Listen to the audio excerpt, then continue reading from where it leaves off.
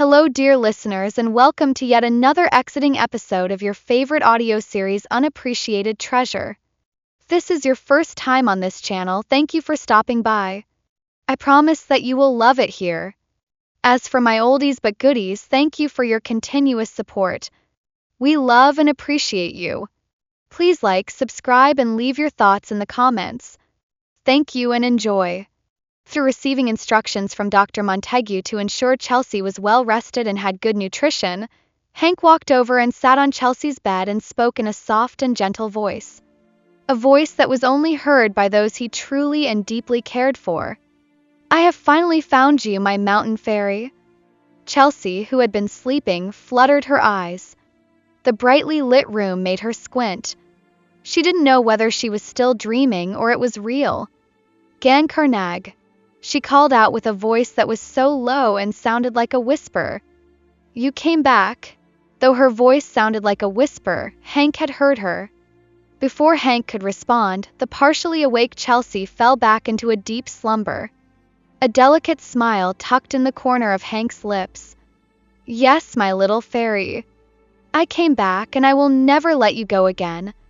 He caressed her flushed cheek and pushed away the loose hair that was stuck on her face. He couldn't help but enjoy how peaceful she slept and how beautiful she looked even while sick. He couldn't understand why he was so attracted to Chelsea. He bent down, gently kissed her forehead. "Sleep tight, little fairy," he whispered in her ear. He quietly walked out of the room, ensuring his footsteps were not loud enough to wake her up. He took out his phone and dialed Daniel's number. When the call got connected, he said, "Dee, I want you to give Chelsea 1 week off. She is in this condition as a result of overworking herself and not eating properly." Daniel, on the other hand, asked, "How is she feeling now? Hope it isn't too serious."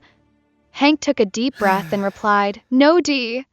She will be fine by tomorrow.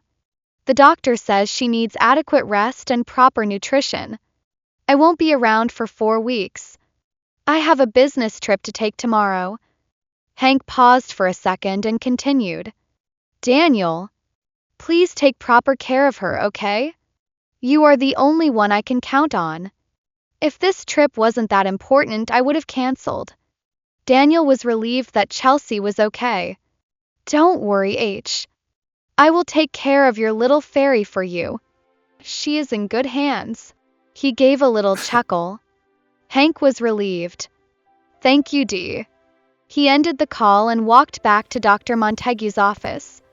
Hank gave Dr. Montague some instructions and left his office. It was the next day. The rays of the bright summer sun shone through the airy curtains of Chelsea's hospital room. Chelsea's eyes fluttered open. Her throat was a little bit dry, and she turned to her bedside and took the glass of water that was placed on the bedside table.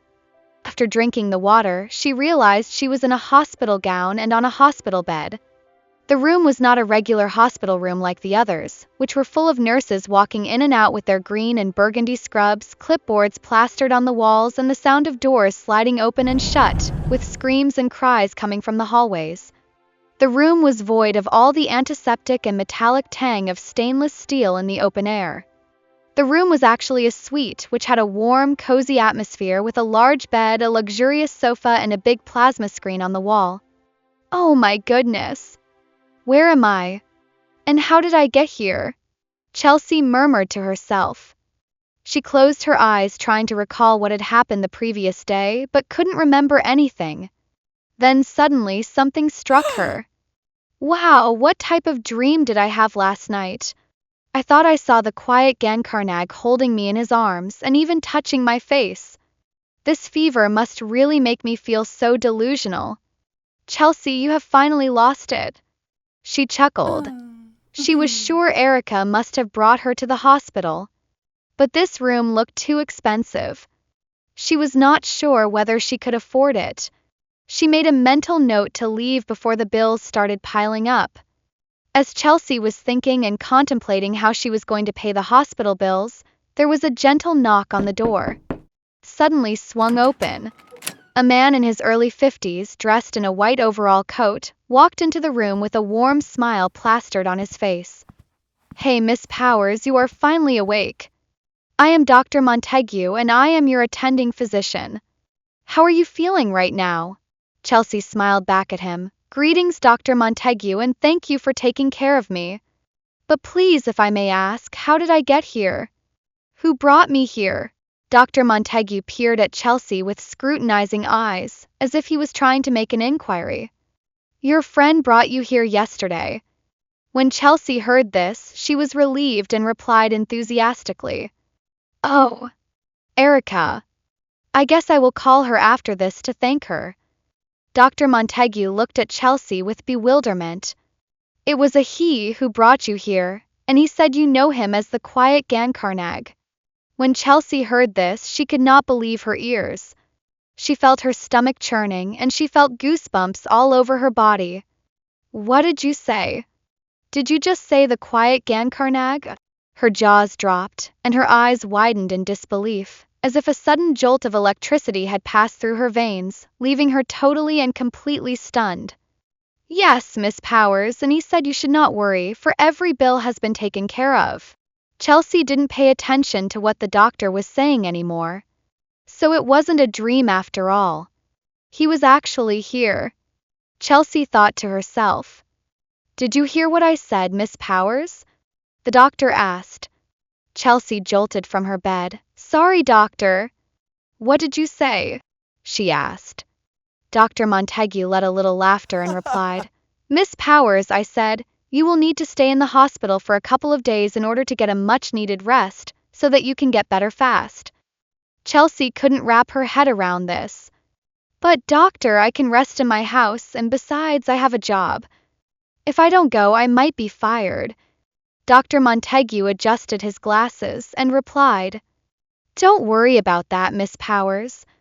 Your friend has taken care of that already. By the way, here is your phone. Your friend left it with us before leaving. Chelsea couldn't fathom what was happening. How did this quiet Gancarnag find me? Or how did he know where I lived? Chelsea thought. Miss Powers, I will let you rest for now. I will come back later and check on you, okay? Chelsea just nodded and didn't say a word. When Dr. Montague left, Chelsea picked up her phone and realized she had so many missed calls from Erica and Daniel. She dialed Erica's number. When the phone got connected, Erica's sharp voice came from the other end. Chelsea? Thank goodness. We have been so worried about you. Where did you keep your phone? I have been calling since yesterday. How are you feeling now? Chelsea, who had placed the phone further away from her ear due to Erica's sharp voice, replied, Erica! I am so sorry I made you worried. I am in the hospital and didn't have access to my phone. How is everything at work? I need to call the office and let them know I am in the hospital. Before Chelsea could complete her statement, Erica chimed in. You don't have to worry about that. Mr. Maximilian personally came to our office and said you wouldn't be in the office for 1 whole week due to ill health. So you need not worry about that. Since that morning, Chelsea had been receiving shocks after shocks. Wait a minute. Did you say the CEO personally came to inform you guys that I will not be in the office for a whole week? Chelsea asked with an astonished look on her face. Erica said yes. What is going on? I keep receiving help from every angle. Erica was confused and asked, Chelsea, what are you talking about? Chelsea stuttered and quickly replied, Don't worry about that, Erica. Erica just sighed and asked which hospital Chelsea was admitted to. Chelsea said Mount Olive's Hospital. Wait a minute.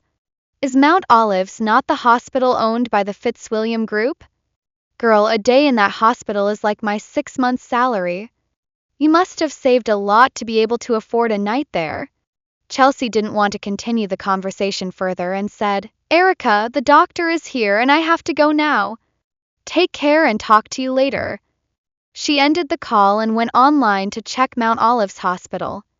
When she saw the reviews and standards, she couldn't help it. Holy Mary, Mother of God. Who is this Gancarnag?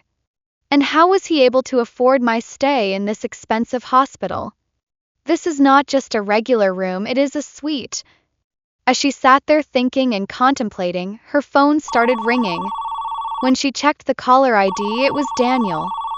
She cleared her throat and answered, "Hello, Sir Maximilian. Sorry I missed your calls. I was..." Before Chelsea could continue, Daniel cut her short. "Greetings, Chelsea. You don't have to apologize or explain, okay? I am sure your teammates must have briefed you on what is going on. You have been given 1 week off to rest and recuperate." He paused for a second and continued. "I know there are so many questions running through your mind right now. But don't worry, all your questions will be answered in due time. If you need anything, don't hesitate to ask me, okay?" Chelsea let out a heavy sigh and replied, "Okay, sir." He ended the call. Chelsea looked kind of lost with so many unanswered questions. Chelsea was served a variety of nutritious meals. As she sat down eating, there was a knock on her door. With her usual pleasant voice, she asked the person to come in. A nurse dressed in a blue scrub walked in with a warm smile and a bouquet of orange, white, and blue tulip flowers.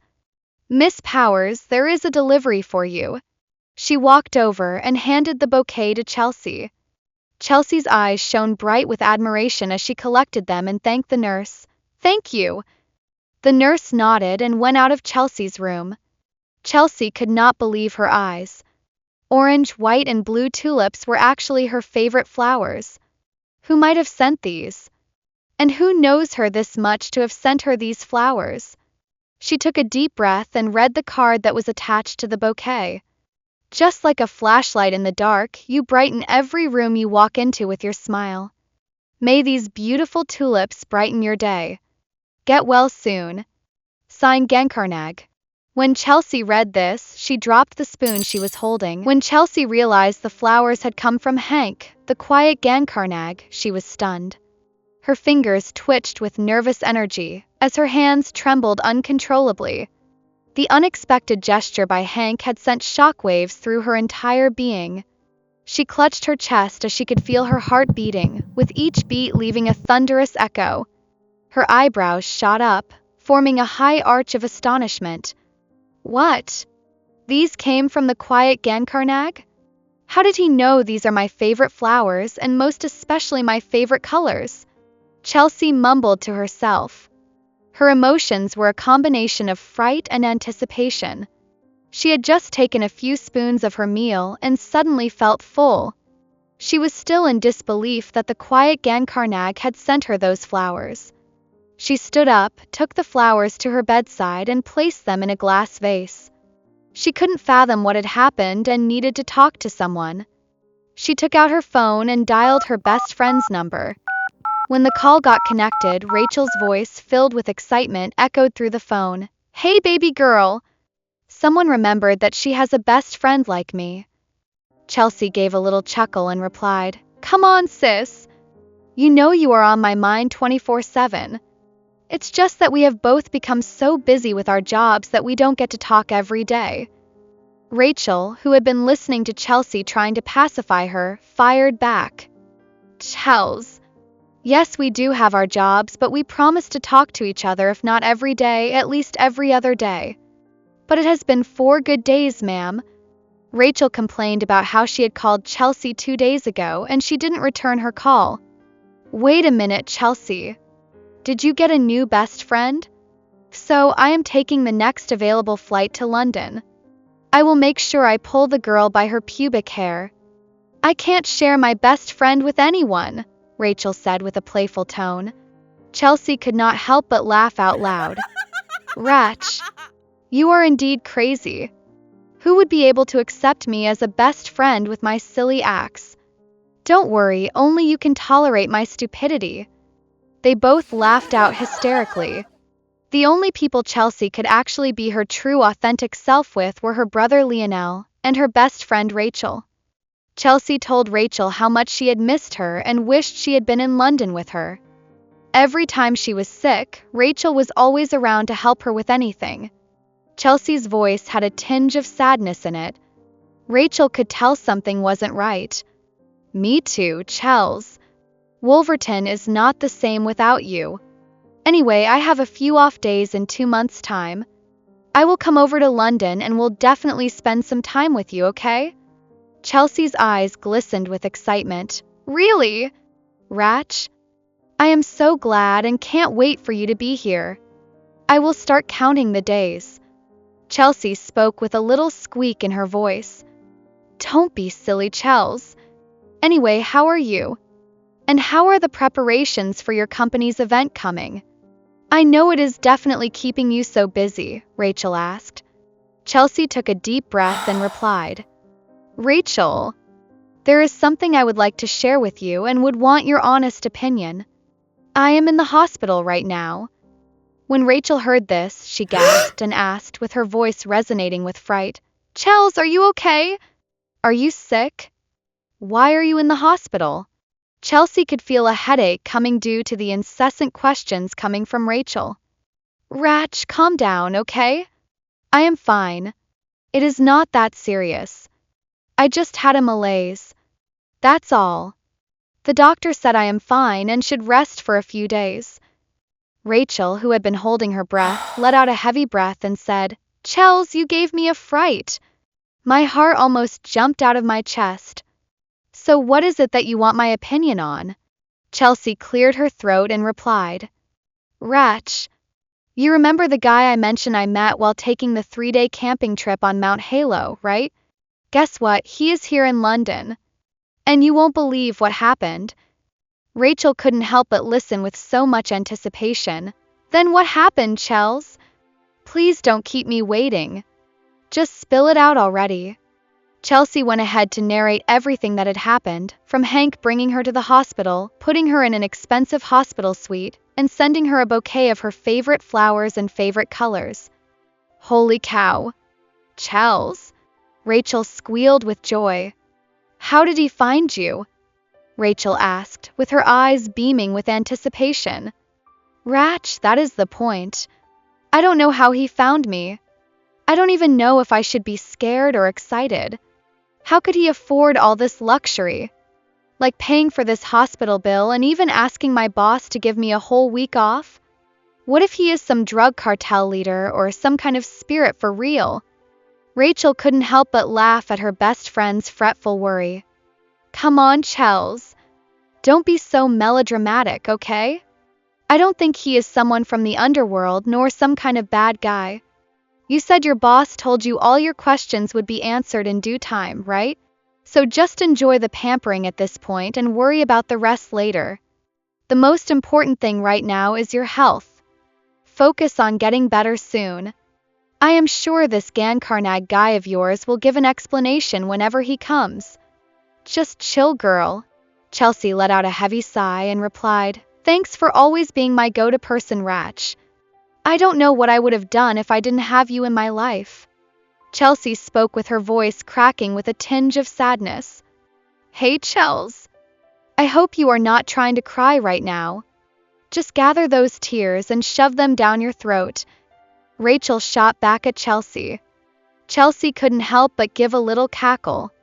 Ratch, why can't you let me be emotional for a second? They both laughed. They spoke for a few more minutes and said goodbye. Chelsea's mood became much better after speaking with her best friend. The worried sensation she had was gone. And just like that, Chelsea was at peace with her spirit. Chelsea picked up the remote control and played one of her favorite channels, National Geographic. A documentary about sea creatures was on. There was a sudden knock on the door. She asked the person to come in. When the door opened, Daniel walked in with a fruit basket and a get-well-soon card. Greetings, Chelsea. Daniel walked in with a warm smile. Chelsea stuttered and replied, Greetings, Sir Maximilian. I can see you are feeling much better now. You can stop calling me Sir Maximilian when we are out of the office, okay? Just call me Daniel. Chelsea didn't feel comfortable calling him that. She remembered what Kyle had done and how he had harassed her. She shook her head and said, Sorry, sir, but I can't call you by your first name. You are my boss, and I should accord you that respect. Daniel let out a little chuckle and responded, If that will make you comfortable, it's okay. He moved across the room and placed the basket of fruits on the glass table by the sofa. When he saw the flowers in the vase, he said, "Those are beautiful flowers you have got." Chelsea forced a smile, though her inner turmoil betrayed her. Her smile was not genuine, and Daniel had noticed it. She stuttered and said, "Oh, you think so, Sir Maximilian?"